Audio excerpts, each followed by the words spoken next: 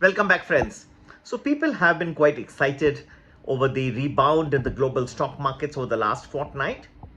In fact, if you have been watching my videos, I had mentioned that there is a short term rebound expected in global stock markets. And that's what exactly we have seen. But to take it that this is going to carry forward into April and beyond is something which is, I would say, a bit of a misnomer. There are various reasons why the global stock market rally is about to get curbed, is about to stall. Let me explain.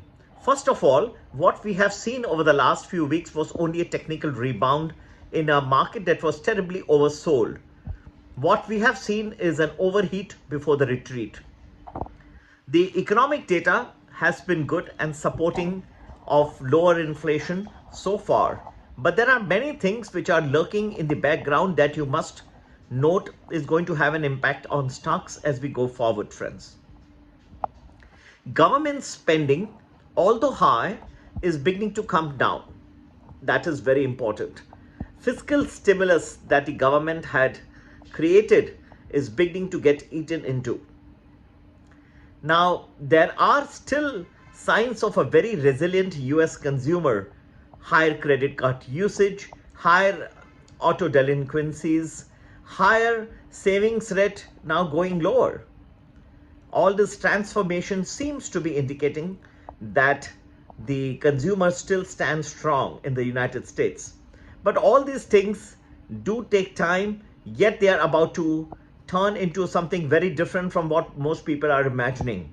In fact, $2 trillion in excess savings of the US consumers has now dwindled to less than $1 trillion in savings.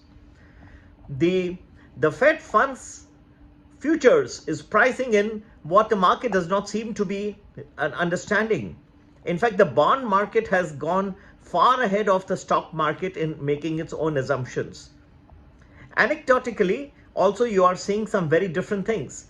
There were layoffs, there were retrenchments which were there in the tech sector. Now that is beginning to spread into the non-tech sectors. McDonald's has just announced a good shutdown of its many US offices from Monday to Wednesday to be able to announce a series of layoffs virtually to its employees. Go further, Walt Disney.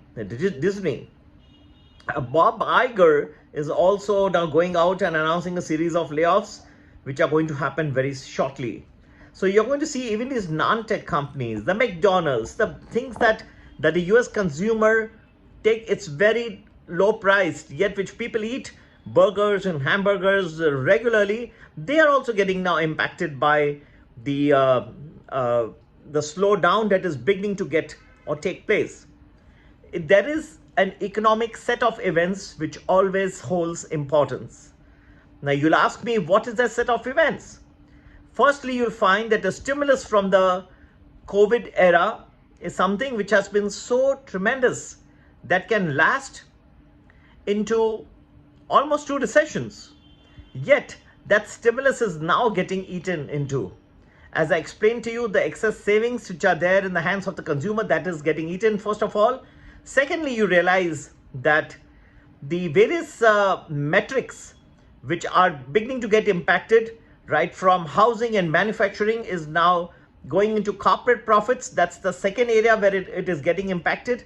So you are going to see the Q1 calendar year 2023 results, which are beginning to start rolling out very soon.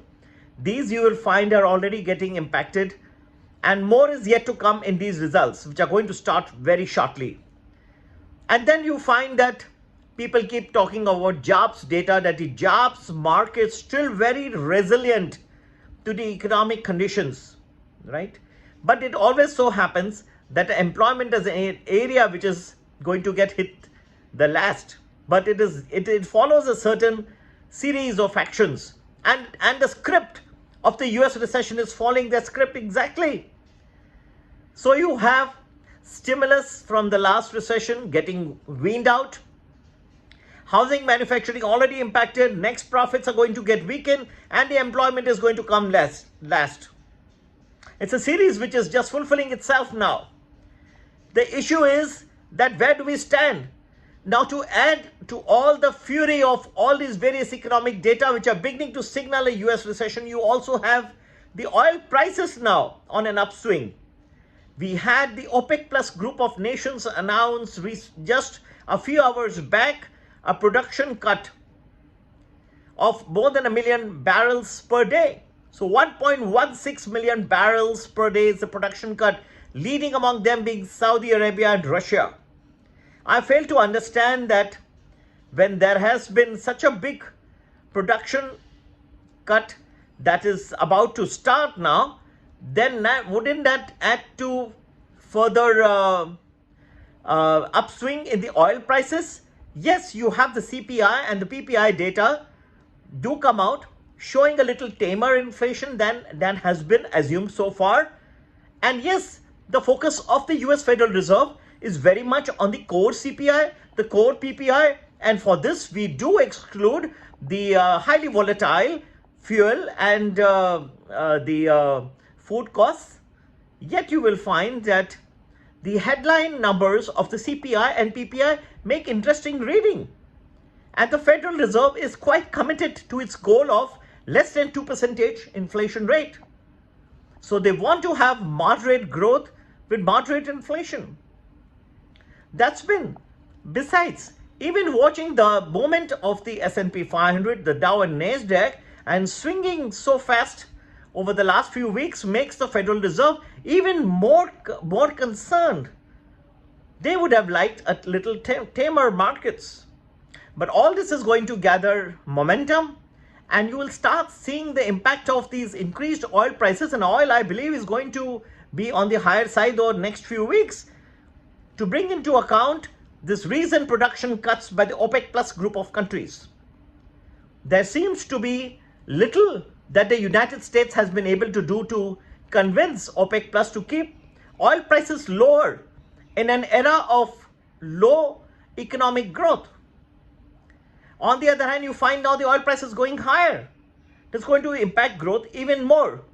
This cut in the production was done by Russia in February on the back of price curbs being imposed in the wake of the sanctions imposed by the Biden administration. But yet now you find a new series of production cuts. All is going to eat and add to inflation. Friends, all said and done, the United States is heading towards a recession, and take it from me. And the scenario is such that the stock markets, the exuberance that people are feeling after 2 weeks of a good rise is going to run out of steam very soon. It may be a few days, few weeks, but the writing is on the wall. All this in the backdrop of a looming another shoe to drop in the aftermath of the banking crisis. It was a seismic event, but will not die away until the FDIC in the United States goes and gives an insurance guarantee to even the to the depositors, which are far not covered by the limits of the FDIC. So there are many, all 55% of the total deposits are uninsured in the United States. To that extent, you will find, to that point of time, you will find that the United States is going to be only taking the bank failures case by case until a bigger shoe really drops. It is in its congressional hearings, the United States was only taking charge of the situation. Questions were on the US Federal Reserve. On even the blames went to the depositors, to the banks who have been accused of the very relevant asset liability mismatch. But there is nothing going out to give a blanket guarantee or to backstop the deposits until a major event happens, like a big bank failure. This is not going to take place either. So series of events, inflation going up, growth slowing down, and a possibility of another bank failure. All this is all writing on the wall, and take it from me, global stocks are headed for another fall very soon. Be prepared for another fall, and I think there's a pullback very much on the cards. To get to know more and in greater detail for the US markets, you can join our Prime or Prime Plus Telegram groups And for the Indian markets, you can join Premium or Premium Plus. Would love to hear from you on 982 086 1044. Take care and have a great day ahead.